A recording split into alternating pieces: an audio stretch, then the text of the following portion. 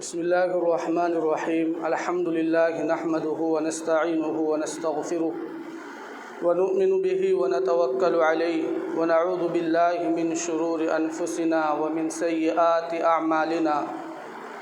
من يهده الله فلا مضل له ومن يضلله فلا هادي له. ونشهد أن لا إله إلا الله وحده لا شريك له ونشهد أن سيدنا ومولانا محمدا عبده ورسوله. أما بعد فأعوذ بالله من الشيطان الرجيم. بسم الله الرحمن الرحيم. ولله على الناس حج البيت من استطاع إليه سبيلا ومن كفر فإن الله غني عن العالمين. صدق الله العظيم. معزز و مکرم سامعین کرام، عزیز ساتھیو، السلام علیکم ورحمۃ اللہ وبرکاتہ۔ گزشتہ ہفتے سے حج کے متعلق بات ہو رہی ہے۔ گزشتہ ہفتے کچھ باتیں بتلائی گئی جس کے اندر حج کی فضیلت اور حج کی عبادت جو ہے اس کی کچھ تفصیل بتلائی گئی، اور پھر حج کے اندر جو تلبیہ پڑھی جاتی ہے اس کی حکمت، اس کا فلسفہ بتلایا گیا کہ بندہ جب حج کے لیے احرام باندھتا ہے تو گویا کہ وہ اپنے اوپر ساری چیزوں کو جو آج تک اس کے اوپر اس کے لیے وہ چیزیں حلال تھی، اب احرام باندھنے کے بعد کیونکہ اس نے اللہ کی رضا اور خوشنودی کے لیے احرام باندھا ہے تو اب اس کے لیے وہی چیزیں حرام ہو گئی۔ پہلے وہ بہت ساری چیزیں ایسی تھی کہ جس کو وہ استعمال کر سکتا تھا، اب وہ جو ہے اسے استعمال نہیں کر سکتا۔ اور تلبیہ وہ سیدنا ابراہیم خلیل اللہ علیہ السلام کہ اس ندا کے جواب میں گویا کہ بندہ لبیک اللہم لبیک لبیک لا شریک لک لبیک ان الحمد والنعمت لک والملک لا شریک لک لبیک، اس کی صدائیں لگاتا ہے اور گویا کہ جواب دیتا ہے کہ اے اللہ، آپ کے نبی اور پیغمبر کے ذریعے سے آپ نے جو صدا لگوائی تھی اور ندا لگوائی تھی، میں آپ کے اس صدا کے اوپر اور اس اعلان کے اوپر حاضر ہوں۔ تو یہ تلبیہ کا فلسفہ ہے۔ اب حج جو ہے اللہ تبارک و تعالی فرما رہے ہیں کہ فرض کیا گیا ہے ان لوگوں کے اوپر جو صاحب استطاعت ہے، اور کہا گیا قرآن کریم کے اندر وَلِلَّهِ عَلَى النَّاسِ حِجُّ الْبَيْتِ مَنِ اسْتَطَاعَ إِلَيْهِ سَبِيلًا، اور حج فرض ہے ان لوگوں کے لیے جو استطاعت رکھتے ہیں، جو حج کرنے کی استطاعت اور اس کی حیثیت رکھتے ہیں، ان لوگوں پر اللہ کے لیے ہی حج فرض ہے۔ کہیں پر نماز کے پڑھنے کے لیے اس خاص انداز کا استعمال نہیں کیا گیا جس خاص انداز کا استعمال اللہ تبارک و تعالی نے حج کے لیے کیا ہے۔ نماز پڑھنے کی باری آئی اور حکم دینے کی باری آئی تو قرآن نے کہا اقیموا الصلاۃ، نماز قائم کرو۔ زکوٰۃ کی باری آئی تو کہا وآتوا الزکاۃ، زکوٰۃ دیا کرو، زکوٰۃ ادا کرو۔ اسی طریقے سے اور بھی دیگر آیات ہے اتل ما اوحی الیک من الکتاب واقم الصلاۃ، نماز قائم کرو، اور پھر اس کے فائدے گنوائے گئے، ان الصلاۃ تنہا عن الفحشاء والمنکر۔ کیوں نماز قائم کرو؟ اس لیے کہ نماز تمام برائیوں اور بے حیائیوں سے روک دیتی ہے۔ ان الصلاۃ تنہا عن الفحشاء والمنکر، فحشا کہتے ہیں بڑی برائی، بڑا گناہ، صغیرہ گناہ، جیسے جوا ہے، شراب ہے، اور زنا ہے، والدین کی نافرمانی ہے، جھوٹ بولنا ہے، دھوکہ دینا ہے، یہ سارے کے سارے بڑے گناہ کے اندر شامل ہوتے ہیں۔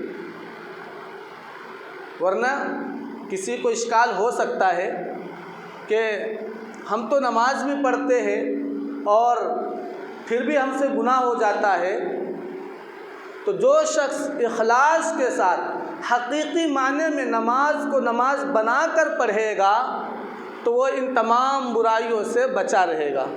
اب دیکھیے جتنے بھی پنج وقتہ نمازی ہوتے ہیں تو ان کے اندر عام طور پر یہ بڑی بڑی بیماریاں نہیں پائی جاتی، یا اگر آپ کو کہیں دکھ بھی رہا ہو تو پھر یہ کہا جائے گا کہ اس نے نماز کو نماز کی طرح پڑھا نہیں، صرف ایک رسمی طور پر ایک اپنا ٹائم پاس کے لیے، یا یہ کہ جو فارمیلٹی نبھایا جاتا ہے اس کے لیے وہ مسجد کے اندر آ گیا ہے کہ چلیے ظہر کا ٹائم ہو گیا تو ظہر کے اندر 8 سجدے کرنا ہے، 4 رکوع کرنا ہے، اور اسی طرح سے ہمیں اپنے گھر آ جانا ہے۔ تو اس طرح سے اگر پڑھی ہوگی تو پھر نماز اسے کیسے فائدہ دے سکتی، جبکہ اس نے نماز ہی نہیں پڑھی ہے۔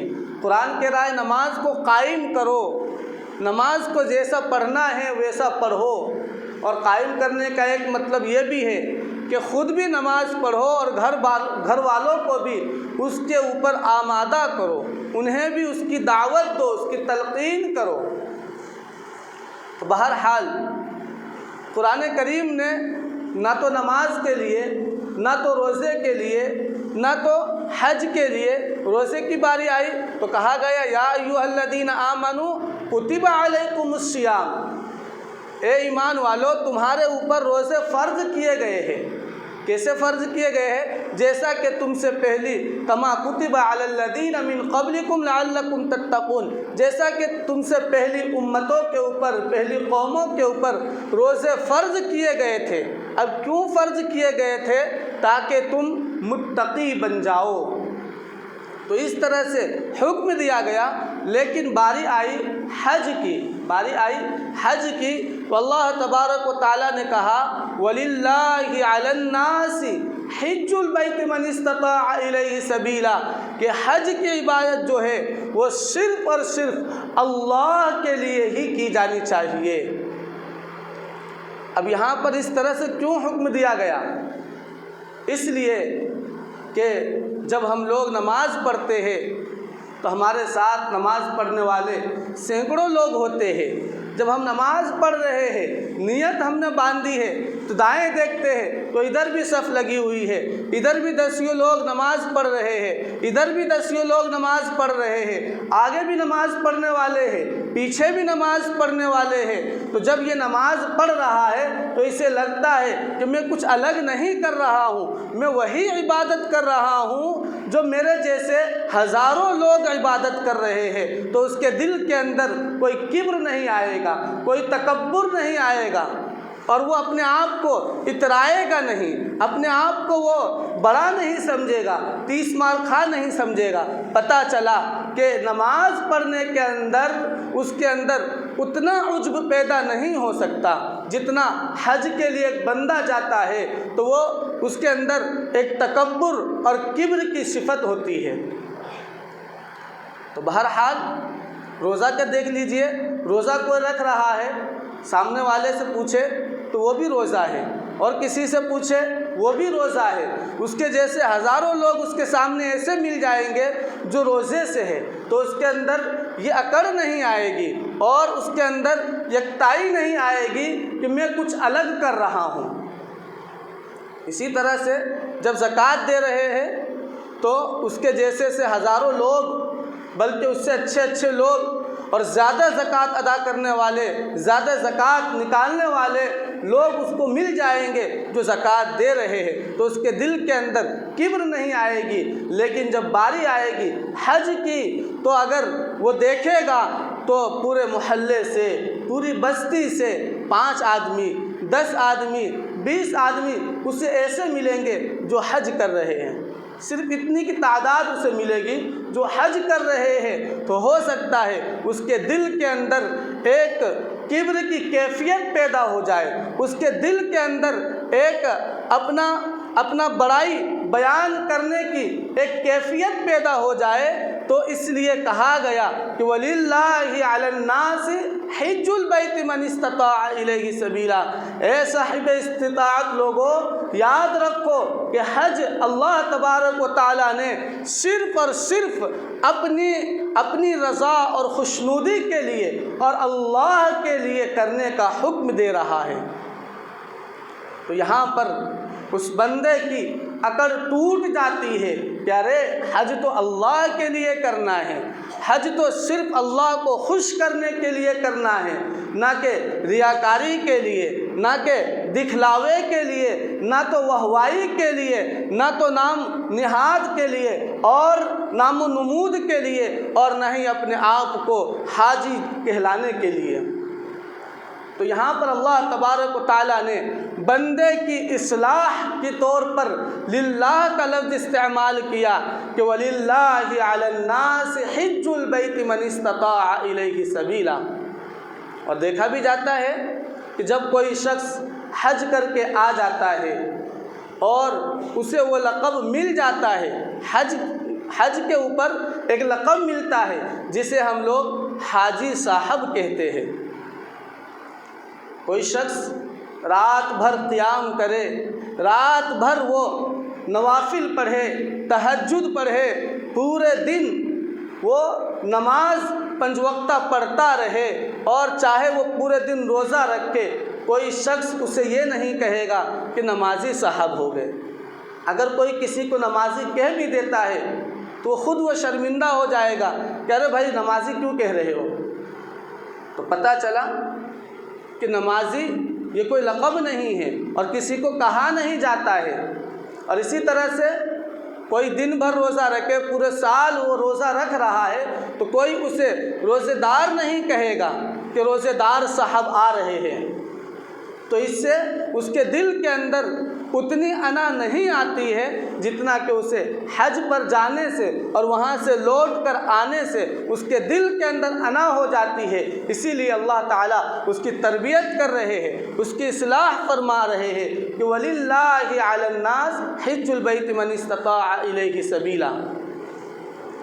تو پتہ چلا کہ حج جو ہے ایک بڑی عبادت ہے۔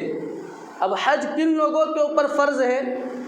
تو جو شخص وہاں جانے کی استطاعت رکھتا ہو، یعنی سواری کا خرچ ہو، وہاں پر رہنے کا، طعام و قیام کا خرچ ہو، وہاں جو بھی اخراجات جو حج کے اندر ہوتے ہیں، جو اخراجات حج کے اندر ہوتے ہیں، جو اخراجات ہماری شاپنگ کے اندر ہوتے ہیں وہ نہیں، بلکہ اگر آپ کے پاس اتنا مال ہے کہ آپ جا کر آرام سے آ سکتے ہیں، وہاں پر جو بھی اخراجات ہے اس کو ادا کر سکتے ہیں، اور اس سے پہلے اپنے گھر والوں کے درمیان اتنا مال و دولت چھوڑ کر جا رہے ہیں کہ آپ کی غیر موجودگی کے اندر وہ آرام سے کھا پی سکتے ہیں، انہیں بھوکا چھوڑ کر نہیں جانا ہے۔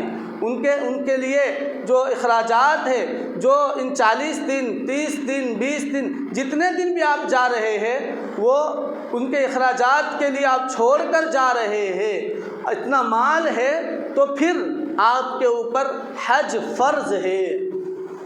اور اس کے اندر ایک اور چیز جو کہ بہت ضروری ہے، اس کو بھی ایڈ کرنا، اس کو بھی جوڑنا بالکل ضروری سمجھتے ہیں کہ وہ قرض سے بھی بری ہو، یعنی وہ قرض دار کسی کا نہ ہو، یعنی اس کا 10 لاکھ لے لیا، اس کا 5 لاکھ لے لیا، اس کا 20 لاکھ لے لیا، وہاں کی زمین رجسٹری کرا لی، وہاں کی بلڈنگ کروا لی۔ اب کیا ہوا کہ اس کے پاس کروڑوں کا قرض ہے۔ اب کہاں جا رہا ہے بھائی؟ یہ جا رہا ہے حج کرنے کے لیے۔ کیوں؟ ہم نے سنا ہے کہ جو شخص حج بیت اللہ کے لیے جاتا ہے اور وہاں جا کر کوئی زیادتی نہیں کرتا، یعنی کوئی گناہ نہیں کرتا، کوئی فسق نہیں کرتا، تو اور وہ اسی طرح سے سارے ارکان کو ادا کر کے وہ اپنے گھر لوٹتا ہے، تو حدیث پاک میں ہے کہ وہ اس طرح سے اپنے گھر کو لوٹتا ہے، حج کر کر وہ بیت اللہ سے اس طرح سے اپنے وطن کو آتا ہے گویا کہ وہ اپنے ماں کے پیٹ سے آج ہی پیدا ہوا ہے۔ تو اب کیوں گیا تھا یہ حج کرنے کے لیے؟ اس نے گزشتہ ہفتے مسجد جیلانی کے امام صاحب سے انہوں نے حدیث سن رکھی تھی۔ اب وہ پھٹافٹ فارم بھرا پرائیویٹ سے اور وہ چل بسا۔ کہاں؟ دنیا سے نہیں چل بسا، اس وطن سے چل بسا۔ کہاں کے لیے؟ بیت اللہ جا رہے ہیں اپنے گناہوں کی معافی کے لیے، کیونکہ ہم نے کروڑوں روپے کے قرض لے کر لوگوں کو پریشان کر دیا ہے۔ اب وہ جو میرے اوپر بوجھ ہے نا، گناہ ہے، گناہ کی معافی کے لیے جا رہے ہیں۔ تو ایسے گناہ کی معافی نہیں ہوگی جس کو کسی نے کہا ہے کہ کعبۃ اللہ کے چکر لگا لینے سے لوگوں کے دیے ہوئے چکر معاف نہیں ہوتے۔ کعبۃ اللہ کے چکر لگا لینے سے لوگوں کے دیے ہوئے چکر معاف نہیں ہوتے۔ گناہ تو معاف ہو جائیں گے، گناہ معاف ہو جائیں گے، لیکن پھر بھی جو حقوق العباد ہے، لوگوں کے جو حقوق ہے اس کو تو ادا کرنا پڑے گا۔ اب تک ہم نے کسی سے 1 لاکھ روپے لے رکھے ہیں، اب حج کے لیے ہم چلے گئے، اب وہاں سے آئے جو تو اس حال میں آئے ہیں کہ سارے گناہ معاف ہو گئے ہیں، لیکن میرے ذمے جو نمازیں باقی ہے اس کا کیا ہوگا؟ میرے ذمے جو زکوٰۃ 4 سال سے ہم نے ادا نہیں کیے ہیں اس کا کیا ہوگا؟ میں نے جو 1 لاکھ روپے قرض لیے ہیں اس کا کیا ہوگا؟ گناہ معاف ہوئے ہیں، نماز معاف نہیں ہوئی ہے، گناہ معاف ہوئے ہیں، زکوٰۃ معاف نہیں ہوئے ہیں۔ زکوٰۃ آپ کو 4 سال کے دینے ہیں اور وہ 1 لاکھ روپے معاف نہیں ہوئے ہیں، اس کو آپ کو آنے کے بعد پھر سے ادا کرنا ہے، ورنہ پھر آپ جو آج ماں کے پیٹ سے اس طرح سے پیدا ہوئے ہیں اور وہاں سے آئے ہیں، پھر سے واپس آپ کے گناہ لکھنے چالو ہو جائیں گے۔ اس لیے آپ کو دیکھنا ہے کہ حج آپ کے اوپر فرض ہے، اور وہ قرض سے بھی پاک ہونا چاہیے مال، کہ اتنا قرض آپ کے پاس نہ ہو کہ جتنا مال آپ نے جمع کیا ہے وہ قرض دے تو وہ ادھر ہی لگ جائے۔ تو پتہ چلا کہ آپ کا مال جو ہے قرض سے بھی پاک ہونا چاہیے، اپنے گھر والوں کو اتنا خرچ کے لیے دے کر جانا چاہیے، تب جا کر آپ کے اوپر حج فرض ہوتا ہے۔ اور حج کے اندر جو ہے جیسا کہ ابھی کہا گیا ایک الگ ہی عبادت ہے، اس کے اندر انسان کی ایک الگ کیفیت ہو جاتی ہے۔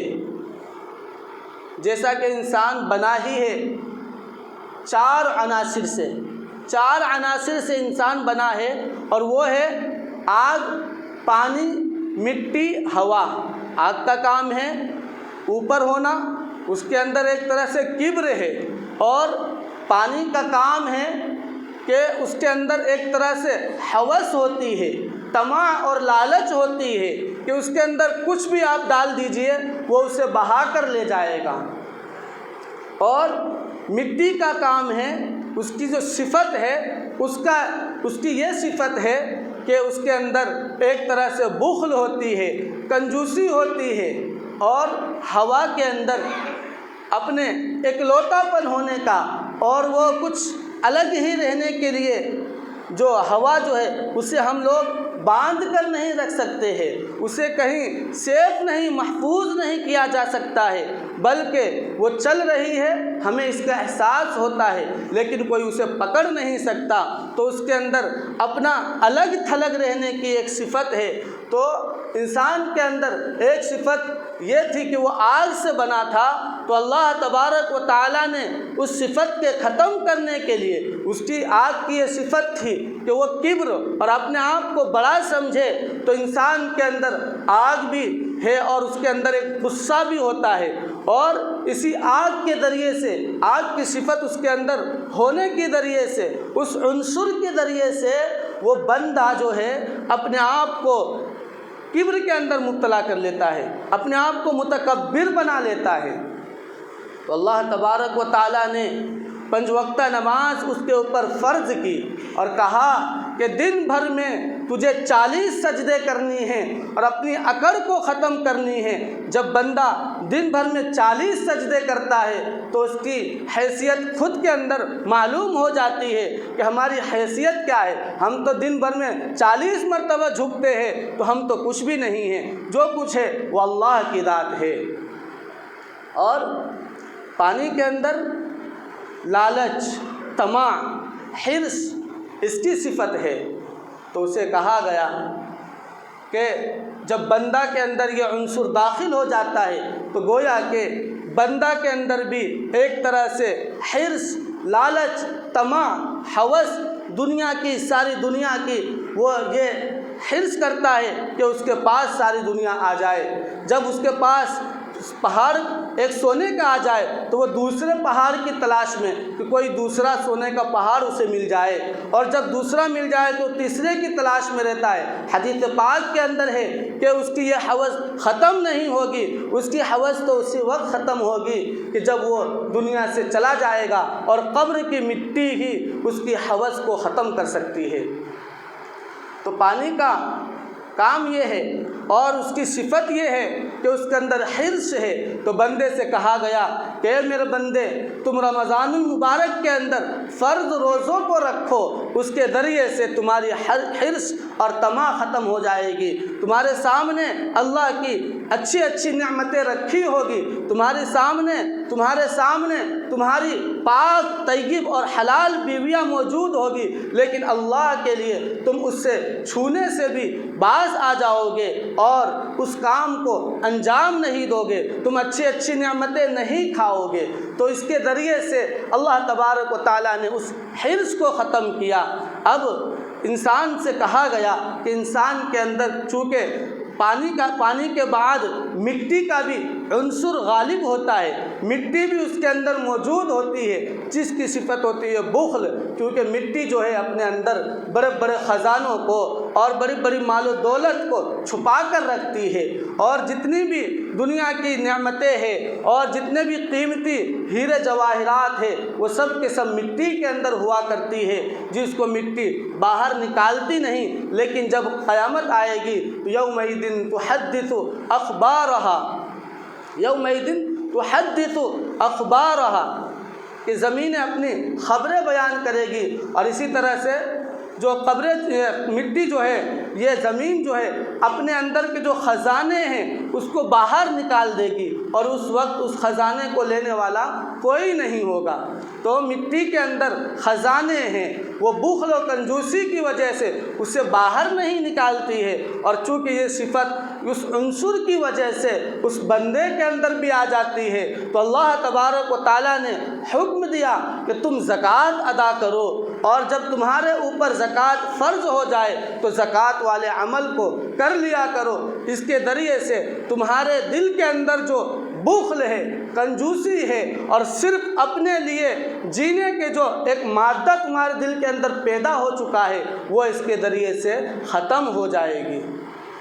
اس لیے ہمیں چاہیے کہ صرف اپنے لیے نہ جیے، اپنے لیے تو جینا ایک جانور بھی جی لیتا ہے، ہمیں چاہیے کہ انسانیت کے لیے جیے، اس لیے بھی نہیں کہ ہم مسلمان کے لیے جیے، ہم امت محمدیہ کے لیے، بلکہ جو ہمارا پیغمبر اور رسول ہے وہ رحمت للعالمین ہے، کائنات کے لیے وہ رحمت بنا کر بھیجا گیا ہے۔ اس کے لیے کیا ہندو، کیا مسلم، کیا سکھ، کیا عیسائی، اس کے لیے کیا انسان، کیا جنات، کیا چوپائے، کیا شجر، کیا حجر، کیا درخت، کچھ بھی اس کے لیے نہیں، بلکہ وہ ہر ایک کے لیے رحمت للعالمین ہے۔ تو اس کی امت کو بھی چاہیے کہ وہ امت ایسی ہو کہ جو ساری انسانیت کے کام آتی ہو، بلا تفریق قوم و ملت اسے امت کے اور اسے انسانیت کے لیے کام آنا چاہیے۔ تو اس صفت کے ذریعے سے اسے کہا گیا کہ تم زکوٰۃ ادا کرو،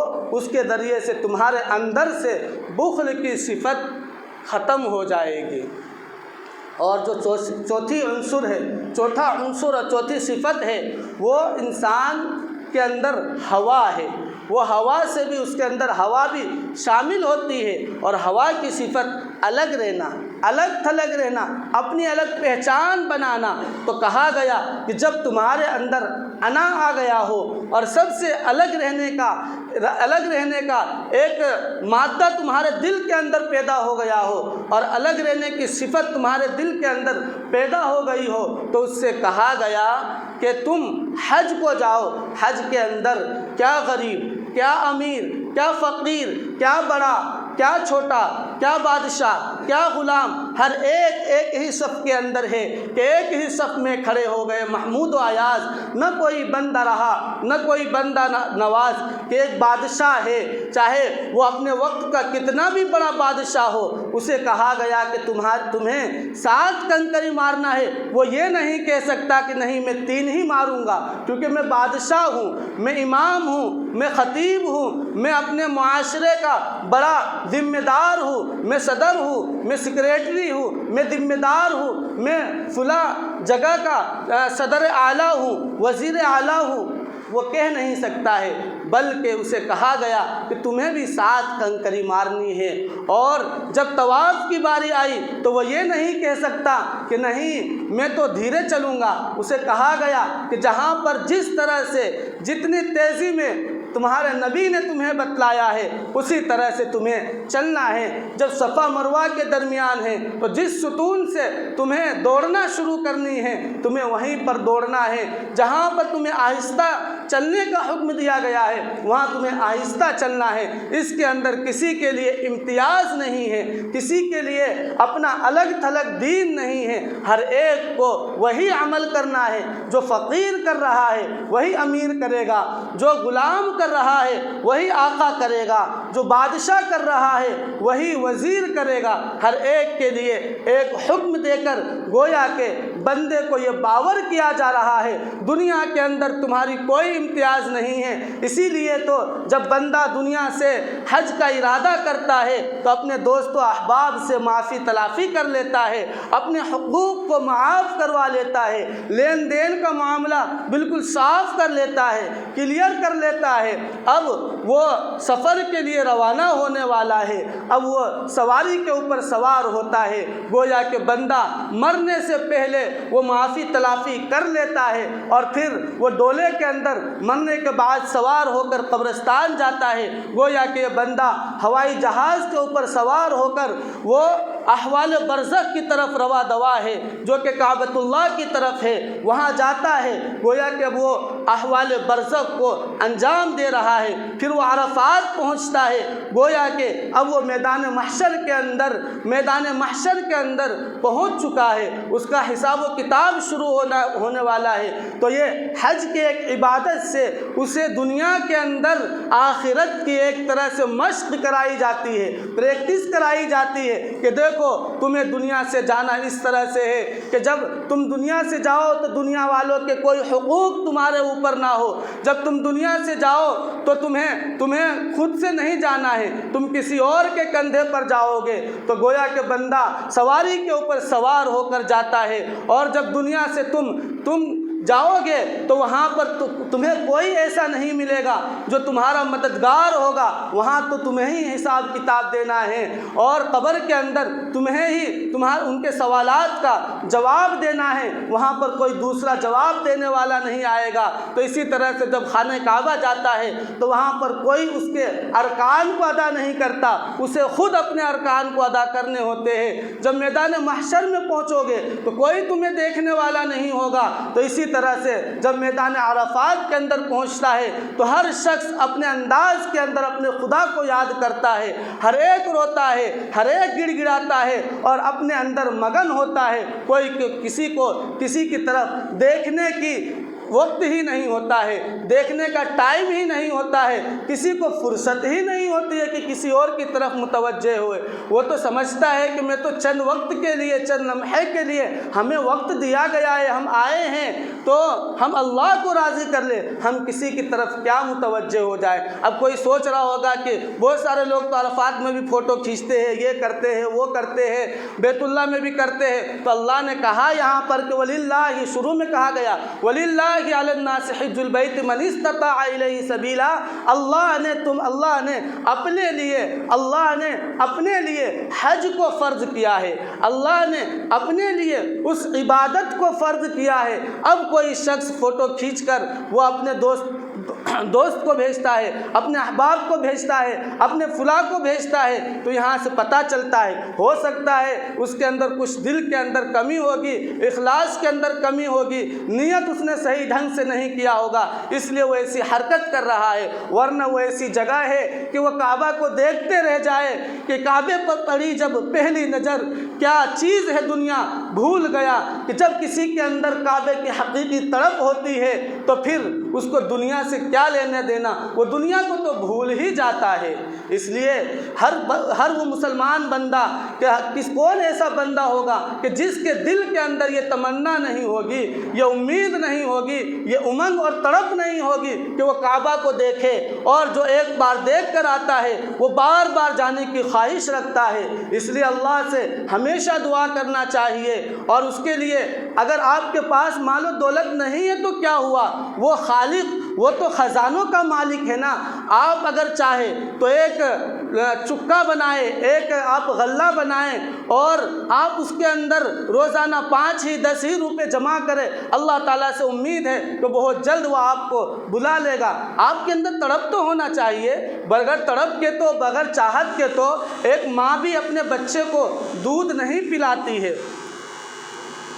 جب ماں اپنے بچوں کو دودھ نہیں پلاتی ہے، وہ پروردگار وہ تڑپ دیکھ کر وہ اپنے بندے کو اور اپنی بندیوں کو اپنے گھر پر بلا کر حج کا موقع دیتا ہے، اپنے گھر کا طواف کا موقع مرحمت فرماتا ہے۔ اللہ تبارک و تعالیٰ سے دعا کرے کہ اللہ تبارک و تعالیٰ ہمیں بھی اور آپ سب کو اس بیت اللہ کا بار بار دیدار نصیب فرمائے، حج بیت اللہ کے لیے، عمرہ کے لیے اپنے گھر بار بار بلاتا رہے۔ اللہ تبارک و تعالیٰ ہماری اس کہی سنی باتوں کو عمل کی توفیق عطا فرمائے، آمین۔ وآخر دعوانا الحمدللہ۔